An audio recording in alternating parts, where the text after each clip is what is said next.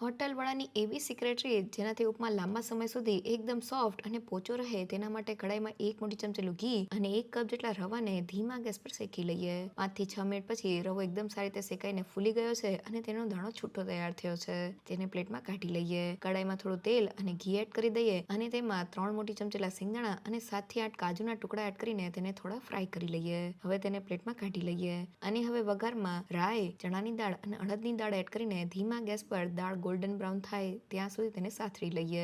હવે તેમાં તીખાશ તરીકે 3 થી 4 તીખા લીલા મરચા, 1 ઇંચ જેટલા આદુના ટુકડા અને લીમડાના પાન એડ કરીને સાતરી લઈએ. અડધા કપ જેટલી ઝીણી સુધારેલી ડુંગળી એડ કરીને તેને પણ સાતરી લઈએ. શાકભાજીમાં થોડા ગાજરના ટુકડા, ફણસીના ટુકડા અને લીલા વટાણા એડ કરીને તેને ધીમા ગેસ પર સોફ્ટ કરી લઈએ.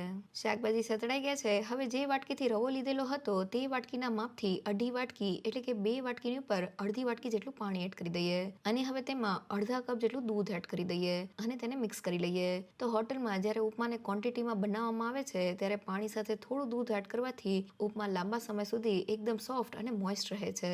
તો મિક્સર ઉકળવા લાગ્યું છે. હવે શેકાયેલા રવામાં સ્વાદ પ્રમાણે મીઠું અને ટેસ્ટને બેલેન્સ કરવા માટે ખાંડ એડ કરીને મિક્સ કરી લઈએ. તો મિક્સરમાં આપણે દૂધ એડ કરેલું હોવાથી મીઠું આપણે રવામાં જ એડ કરવાનું છે. હવે રવાને થોડો એડ કરતા જઈને મિક્સ કરી લઈએ. તો થોડી જ વારમાં રવો મિક્સરને એબ્ઝોર્બ કરી લે છે. તેમાં તળેલા સિંગદાણા અને કાજુના ટુકડા એડ કરી દઈએ.